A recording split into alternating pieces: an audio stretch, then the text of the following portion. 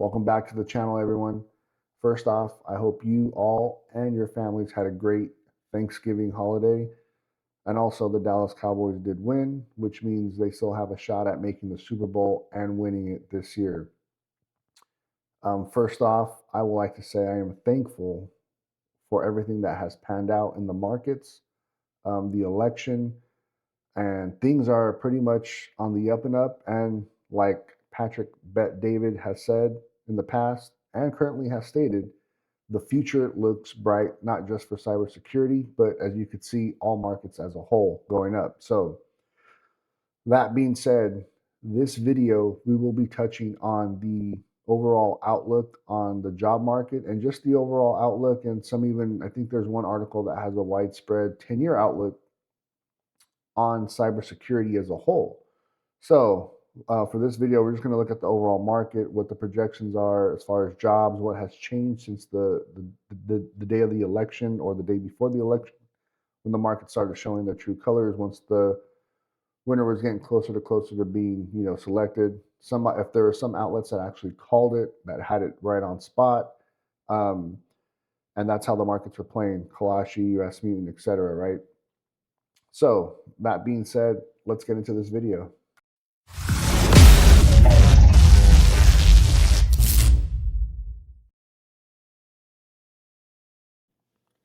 So, as I was saying, I've been looking at, I'll go on LinkedIn every other day and I'll look at certain jobs. I'll put in pen tester, penetration tester, offensive security, ethical hacker, red team, etc. And my goal and purpose is to see where the trends are as far as what certs I want to look into on what is going to be needed in the future, like AI, cloud. And again, for me, doing that is going to align my training for next year mainly into web and cloud focus. And also web is going to include API. Those are going to be my two core. And then also I got for, my later half of the day, my early half of the day is going to be mainly for malware development and learning C sharp. For those that don't know, I'm in Sector 7 and also going to be going on to either the CRTO2 and or OSEP next year as well. So that being said, that is my main focus on why I look at these, jobs, roles that are open in LinkedIn to kind of see where the trends and the forecasts are going. However, I do look at it from a market standpoint and also seeing what's coming out now. So from mid 2023 to probably about Q2 of 2024, I saw the big dip.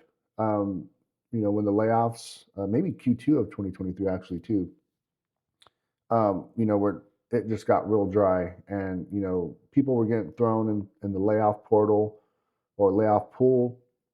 I see it very hard to be thrown in that from a cybersecurity standpoint, just because it is a really, really high in demand needed. And as you'll see in one of the articles from Forbes, is that there's almost 4 million openings right now that they can't fill. Um, so that being said, just to not go on a rant or a tangent, the once the election happened, or before the election, a couple days before the election, there were a couple outlets that have been spot on, meaning like Kalashi, Rasmussen, some of these other organizations outside of the mainstream media. You saw where the markets were going, right?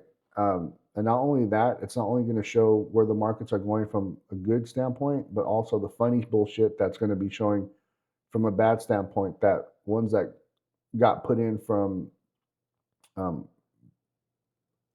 from the bad funny money from, government backdoor deals, those started to show as well.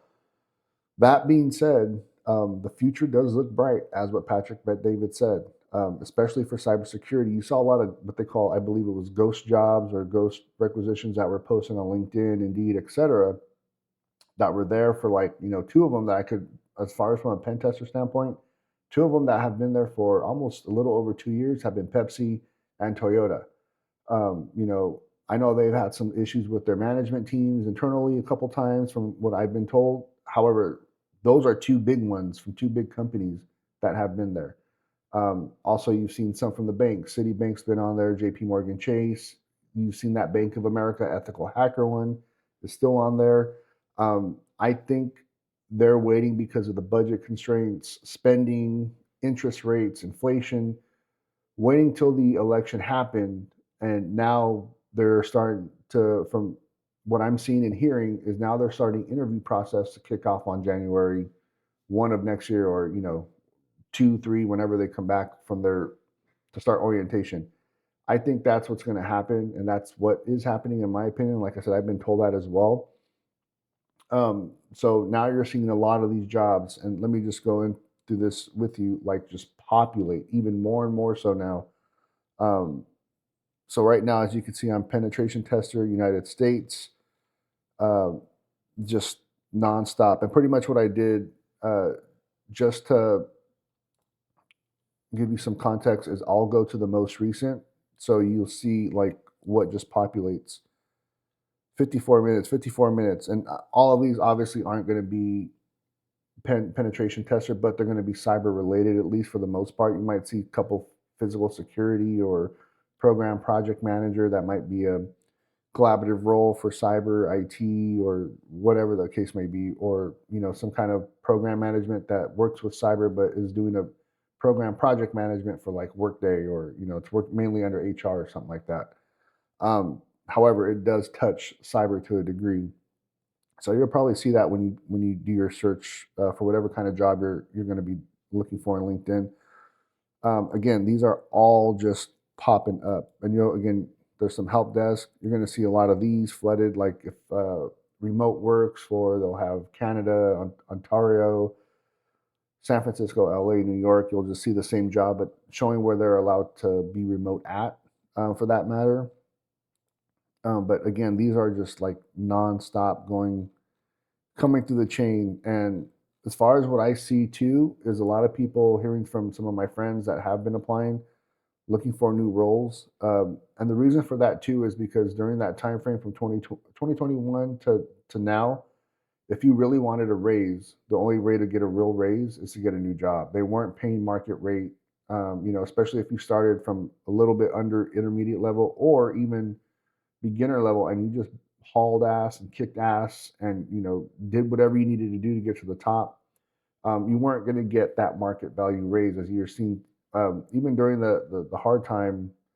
um, Market rate for some of these positions, whether it's threat hunter, red team, pen tester, SOC, incident responder, whatever. You weren't going to get that market rate, that average market rate that you would see, um, for a promotion, right? It just wasn't happening unless you got a new job. Now it still will be a little harder, but um, I think it's more likely to happen now than before, just because of the way the markets are going. And also, just to let you know that even though everything looks good on the up and up, it's still gonna they're still gonna have some little bit of bumps and roads until things get changed. I mean, Trump hasn't even took office yet to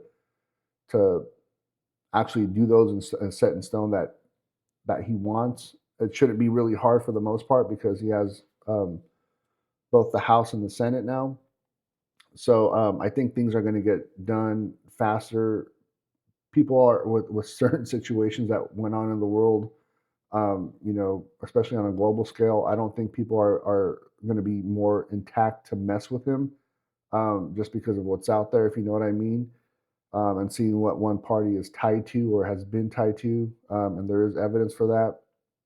I don't think they're going to be messing around with him that much, and he's pretty much going to get things back online and track faster than the first time. So that being said, again, these have just been off the charts. I've been looking at these the last couple of days. I mean, we're on page what, 7 and 3. I mean, these things are just like nonstop. So that being said, I think overall it's going to be good, especially if you want to do your own thing on the side, as far as consulting, opening up your own business on the side, or even transferring on to your own gig, company. I think right now. And I'm speaking for the U.S. I don't know how it is for other countries. Now is the time to get whatever you need to get done as far as business insurance, LLC open, business bank account, etc. Do it now, so that way, January 1, 2, you're ready to hit the ground running. Go network, go get your business out there, make sure you're aligned and making sure you're getting as far as what certs you need, because it's not just going to be you now, it's going to be the company as well that's going to need to be PCI compliant, SOC compliant, FedRAMP compliant, etc. So let's go into the layoffs, right? Layoffs.fyi. This pretty much shows where the layoffs are happening with the dates. And, for those that have never been part of layoffs, like from a management perspective, certain roles are harder or won't be as touched, meaning cybersecurity, as much as most. And the reason why you'll might see a handful of people, obviously the bigger the org, the bigger um, fat trimming they're going to have to cut is meaning quote unquote fat trimming is people that just aren't cutting it, aren't aligned with the culture, aren't a good fit for the team. When there's a known layoff going to happen, they're going to be saying, "Hey, this layoff's coming. Do you have anyone that you want to throw into the pool that's not cutting it? That's not being part of the uh, the culture fit for the team, the organization, etc." Those people will get thrown in there. It's just how it is. I've been a part of four layoffs now in my career, so I kind of know how it goes and how it rolls. It's not fun for anyone, but that's usually what happens for certain departments or teams that have some layoffs, but they're not really impacted. So now this is the chart where I was talking. This is where it really kicked off. So yeah, it was about Q2 of 2023, and here's more of from when actually COVID started to now. But as you see, it really started to unwind. You had a little pop up in January of 2024, a little pop up in August, but I think now for the most part, it is looking good. I think there might be a little rumblings from certain companies and organizations that don't have their financials right, especially taking that funny money loan during the time of COVID. I think there still might be some up and downs as far as layoffs. Again, those are the ones that didn't do their financials correctly or just weren't cutting it or making the right decisions overall. So pretty much as you can see, Intel's I think one of the biggest ones that had it so far that I've been seeing. Meta was big early on too. Google, Tesla, Amazon, and again these are debatable too because Amazon had a lot of people that didn't want to come to the office. They were going to get laid off. All that kind of back and forth stuff. But let me just go into this one real quick. Cisco to lay off 4,000 jobs to focus on AI and cybersecurity. Now, I'm real familiar with Cisco. This company was in my backyard in San Jose. Um, so pretty much this one is a little different because if you see this, right, Cisco to lay off 4,000 jobs to focus on AI and cyber, meaning these jobs are going to be having this, I don't want to say takeover, but running them. I guess you could say takeover to a degree, depending on how you want to frame it. While managed and oversaw by cybersecurity, meaning you don't want AI to just run in the wild. You need it to be, intact, secure, and streamlined across the board. So not only is AI, yeah, it might be taking some jobs away, but it's also going to bring in more jobs to manage and work with and on AI, and also as you can see, cybersecurity.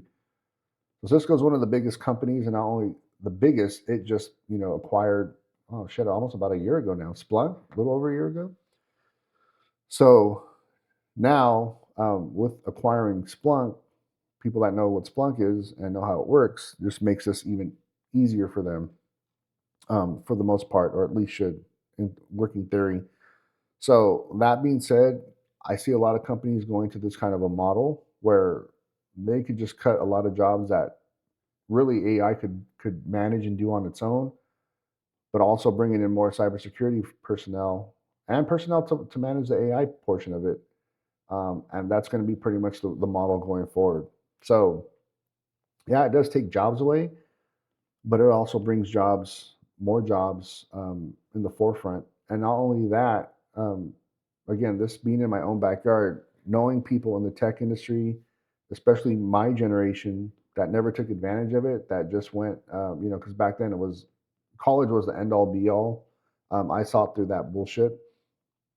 So, once they got their bachelor's degrees, they pretty much put their feet on the desk and say, I don't have to do anything. I got my bachelor's degree, shiny piece of paper, and I'm going to get any job I want. And that was definitely not the case, especially in the Silicon Valley, tech capital of the world. And as you could see, it's not all about um, doing that mindset back then. Now, what I mean and why I'm going with this story is because a lot of people got comfortable.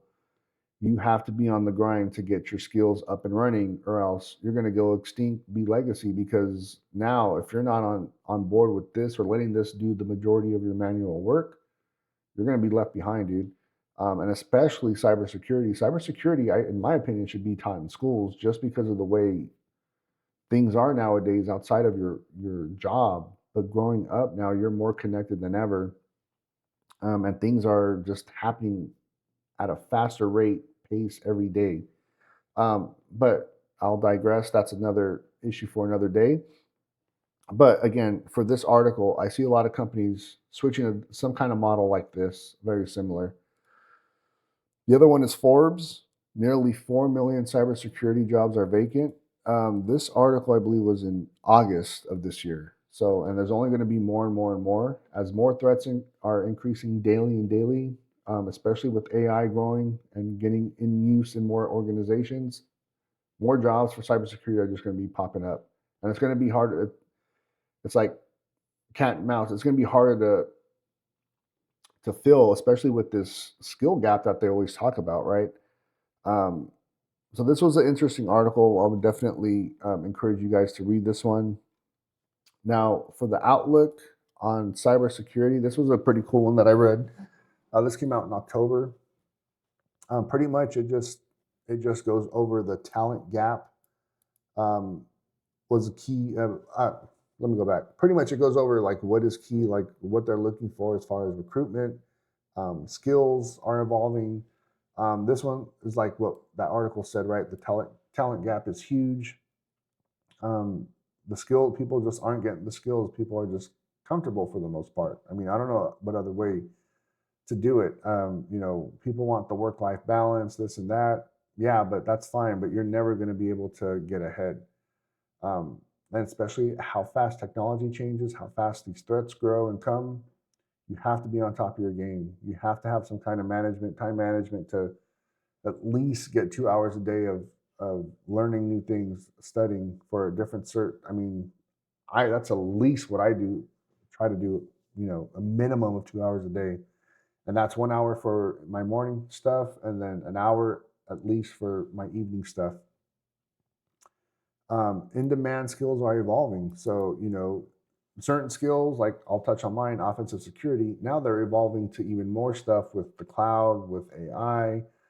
Um, it's just crazy, and um, people aren't. I guess people aren't doing it to where the market is needing it right at that fast pace and rate. So those in-demand skills. So remember, supply and demand, right? When you have certain skills or certain certification, I guess if you're like especially in the government, from what I hear from people that have a top SCI clearance, they could just have a CEH and all of a sudden they're considered a top ethical hacker because most people aren't going to have their top SCI clearance. Well, in that case, now if you're in the private sector and you have certain certifications and not just that, but actually the skills, because remember, most offensive security certs, I'm not outside of. I was just using the CEH for government as an example because it's pretty much required for offensive security. But most offensive security certs are practical, meaning those skills are actually learned and earned.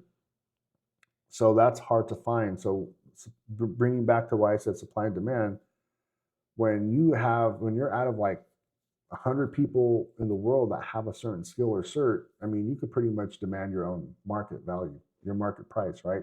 When you negotiate on whether you're contractor, FTE, et cetera, and then also if you're FTE, you can negotiate your RSUs. So remember, all that stuff comes into play. Um, Recruitment challenges are real. Yeah, there's also some bastard ass recruiters as well that ghost people. Now people with the whole. I'm glad COVID happened because it showed the market and work from home where it gave people like, dude, if people want these organizations want people, well, we'll take a step back too. Put our foot down, show them what's up. So, now I think recruiting's changing because there are a lot of bad recruiters out there that just ghost people, won't get back. People, ask for feedback. How can I improve on my not just my resume, but my interview process, stuff like that. And they just literally get ghosted. Or even after the HR interview, they just get ghosted. And people get pissed off on that. So I think now it's with options and opportunities starting to happen now. I think the tables are starting to get turned now. Now we have more options, right? High salaries are a big draw. Obviously, this is key. You want to get paid market, not just market value, but also being in step with inflation. I see this now with stuff coming out with crypto. I see that being a possible option as an getting paid in actual cryptocurrency. And that for me, I would leave and to take that in a heartbeat. Um, and then also pretty much what's next for the security recruitment process. This was a pretty good article, just kind of high level touching on some things, especially for 2025. Um, but yeah, so for me, um, I would definitely say um, 2025 looks really good. Again, at the beginning, there's going to be some little roughnecks, just because some companies have to get their shit together, have to get things aligned before they pull the trigger. Again, financials, making sure their debt's going to be aligned, their revenue, all that stuff. All their financials have to get fixed first. But for the most part, I really think 2025 and beyond. And if you really look at it, I would say at least for the next 12 years, God forbid if another COVID bullshit situation happens, I would say at least for the next 12 to 20 years, it should be good. Um, I think people got enough with the bullshit. Like they said, if it's not broke, don't fix it. Or you try to fix it with some crazy stuff, and look what happened. So now I think people need to just step back. Don't get too emotional invested in certain political agendas, especially in the workplace, tech industry. I'm speaking to you because now all that crazy stuff you were pushing. It's called karma. When people just wanted to come to work, not getting thrown in to have these stupid ass drag shows. When people just wanted to come to work and be a real man because they had to, provide, and you're over there telling them not to come to work wearing a mask and a bubble suit. Now the karma came back to you because you got laid off during all this, what happened in 2022, 2023, and even in 2024 for that matter, in the beginning part. So just remember, pull yourself back. Don't get too emotionally invested. That's why we always talk about emotional intelligence. Um, and I think if a lot of people didn't have that, pretty much it was the blind leading the blind. Now, karma came back and got them. I don't wish anyone to lose their job, but that's what happened. And don't forget all the funny money that was getting thrown around and printed. So that being said, I think it is a very, very good positive outlook, not just for 2025, but as long as nothing crazy happens, like a COVID situation, World War III, even to some kind of terrorist attack, whatever, natural disaster. I think for the next 12, 20 years, I think the future does look bright. And for all sectors, not just cybersecurity. That's just my opinion. So in the comments, let me know what you think. If you did agree, disagree, like, share, subscribe, and I'll see you on the next one. So for that being said, everyone have a great weekend. Yeah, see you on the next one. Bye.